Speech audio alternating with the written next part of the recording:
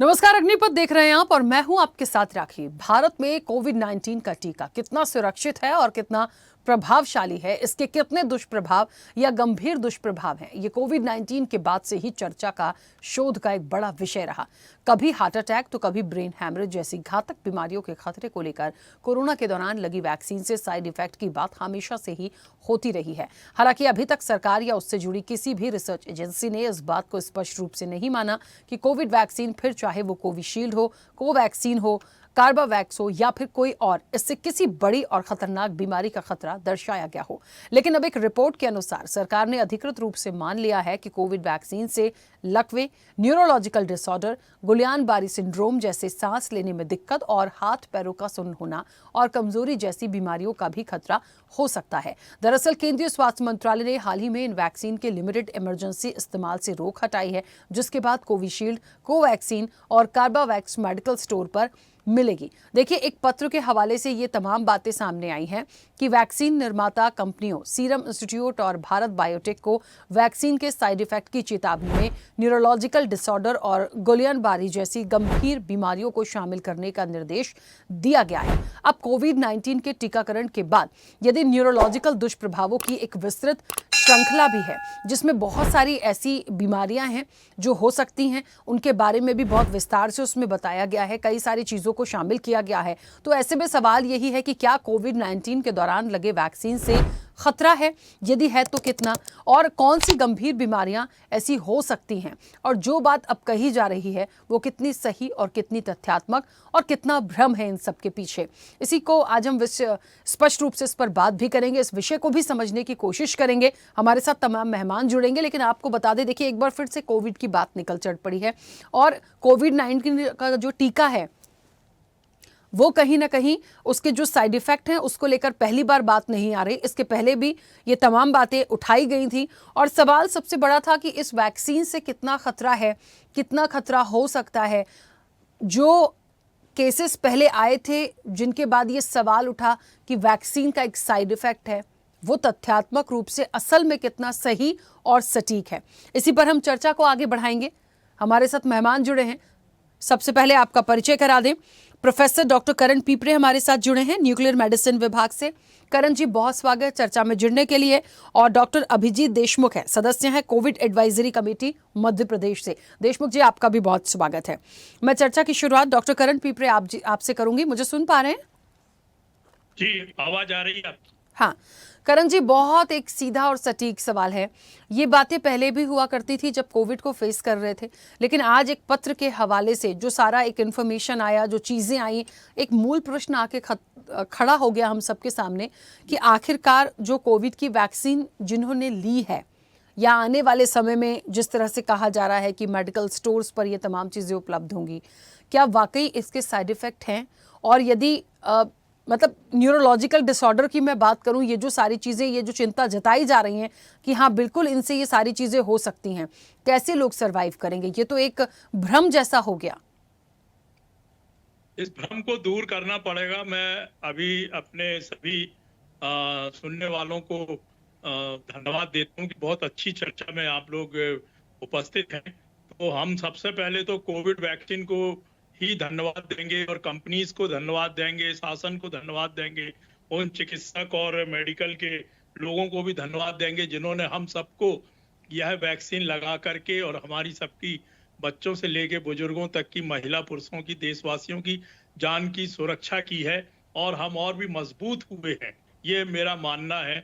हम करीब पिछले 5-6 साल से इससे जुड़े हुए हैं और यह देख रहे हैं कि ऐसी कोई चिंताजनक बात नहीं है और हमारा इम्यूनिटी सिस्टम भी डेवलप हुआ है। और ये ऐसे आंकड़े, चाहे वो ब्रेन हैमरेज के हों, ब्रेन स्ट्रोक के हों और न्यूरोलॉजिकल डिसऑर्डर्स हों, और जिसको हेमीपैरेसिस और हेमीप्लेजिया बोलते हैं, इस प्रकार के जो दूसरे डिसऑर्डर्स हैं वो हों, तो ये पहले भी हुआ करते थे।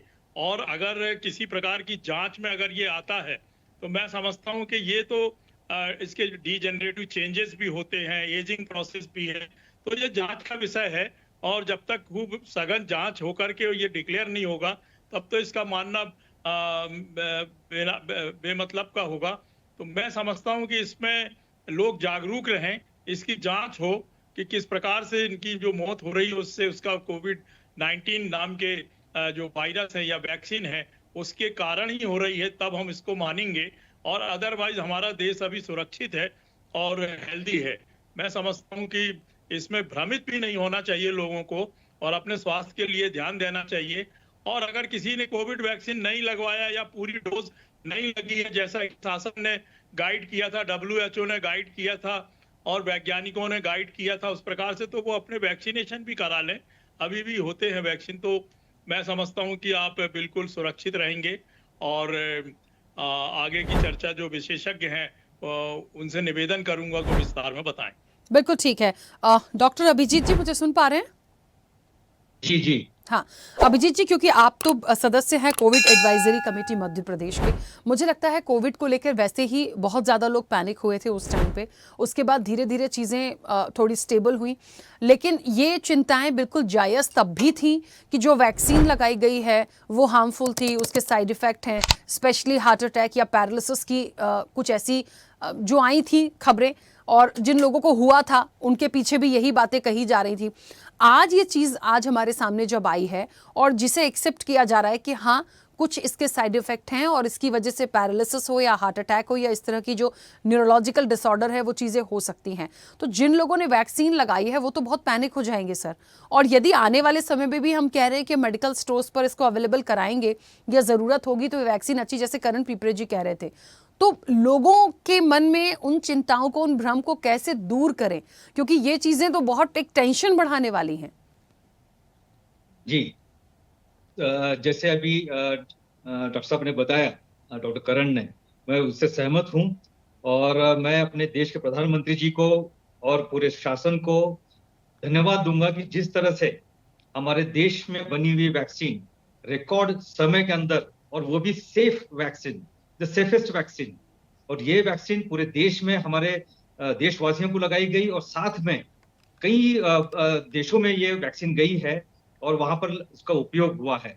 और मैं एक चिकित्सक के नाते एक कहना चाहूंगा कि जिन्होंने भी वैक्सीन लगवाई है उनको डरने की कोई भी बात नहीं है, कोई कारण नहीं होना चाहिए। और जो रिपोर्ट्स आ रही हैं वो बिल्कुल अभी सरासर गलत है मानूंगा मैं, क्योंकि हमारे देश की जो सबसे इंपॉर्टेंट काउंसिल होती है, रिसर्च काउंसिल, उसको बोलते हैं Indian council of medical research, that is ICMR, और साथ में national centre for disease control, ये दोनों एजेंसीज इस पे स्टडी कर रही हैं।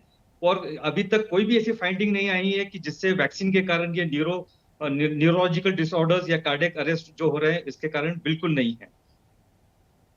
ठीक है, वेरी नाइस। हाँ, एक बात बहुत अच्छी आप लोगों के माध्यम से आई है और चर्चा भी कहीं ना कहीं इसी लाइन पर हम लेकर जाएंगे, क्योंकि जब कुछ इस तरह की खबरें आती हैं या बातें आती हैं लोग बहुत पैनिक होते हैं, स्पेशली उन लोगों की टेंशन तो बढ़ी जाएगी जिन्होंने वैक्सीन ले रखी है।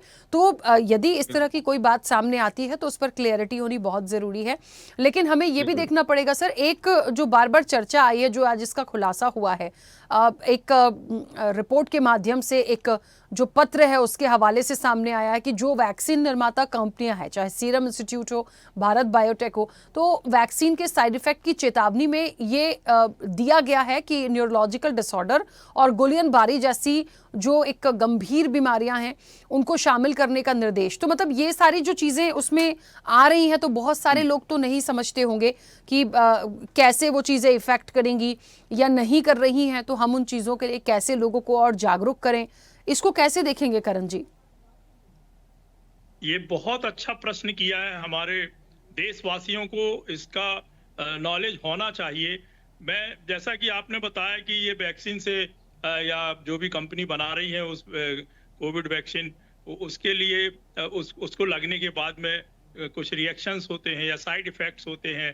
तो अगर आप डिस्टिल वाटर भी लगाएंगे, हमारा अनुभव तो ये कहता है कि जो भी फॉरेन बॉडी हमारे बॉडी में आएगी और ब्लड के साथ में वो एंटीजन एंटीबॉडी रिएक्शन होगा, तो जो दवाओं में भी रहता है या डिस्टिल वाटर भी पानी का या सैलाइन का भी लगाते हैं तो उससे भी रिएक्शन होने के चांसेस रहते हैं।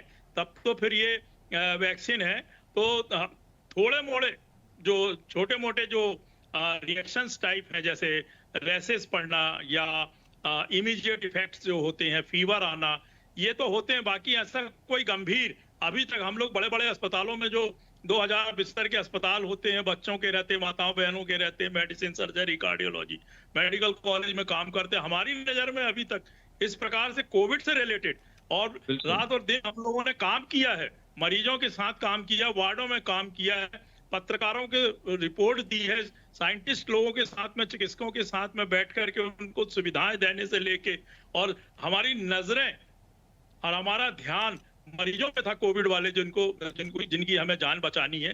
तो कोविड से हमें सिर्फ फायदा हुआ है, बहुत ज्यादा फायदा हुआ है, और हमारी पॉपुलेशन सुरक्षित है और हेल्दी है, और इसका नॉलेज भी बढ़ा है। लोग आगे आकर के बढ़ चढ़ के 3 डोज लगवाई है लोगों ने। हम तो 3-3, 4-4 कंट्रीज उसी समय घूम करके भी आए थे, अपने शोध पत्र पढ़ने गए थे, जापान गए, सिंगापुर गए, और वैक्सीन के कारण ही था, और लेकर के जाया करते थे, हमें किसी ने रोका नहीं, सर्दी जुकाम भी नहीं हुआ।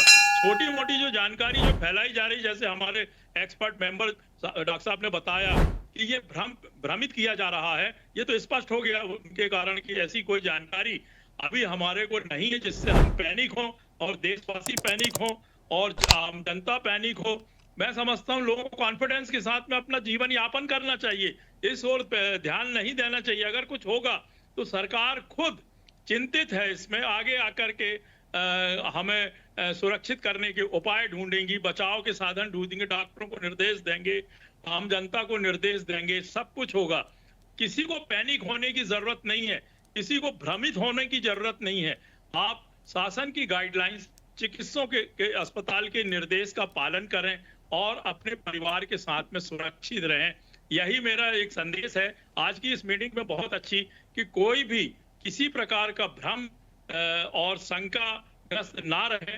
सभी स्वस्थ हैं, सभी को लाभ हुआ है, ये बीमारी रुक गई है, बिल्कुल स्टॉप हो गई है, खत्म हो गई है, विषाणु भी नहीं है, कोई पॉजिटिव केस भी नहीं मिलता है। भूल जाइए इसको। एक आया था एक ऐसा काल जिसमें कुछ नुकसान स्टार्टिंग में हुआ, लेकिन उसके बाद तो जादू हो गया। मैं समझता हूं कि ये ईश्वरीय कृपा और चिकित्सकीय दया है, जिन्होंने इतना काम किया, इतना शोध किया और वैक्सीन बना करके देश नहीं पूरे विश्व की कंट्रीज को भी जहां जहां गया है हमारा कोविड वैक्सीन, वहां के लोगों को भी नया जीवन दिया है, जान बचाई है, रक्षा की है। तो इसको तो धन्यवाद देते हैं।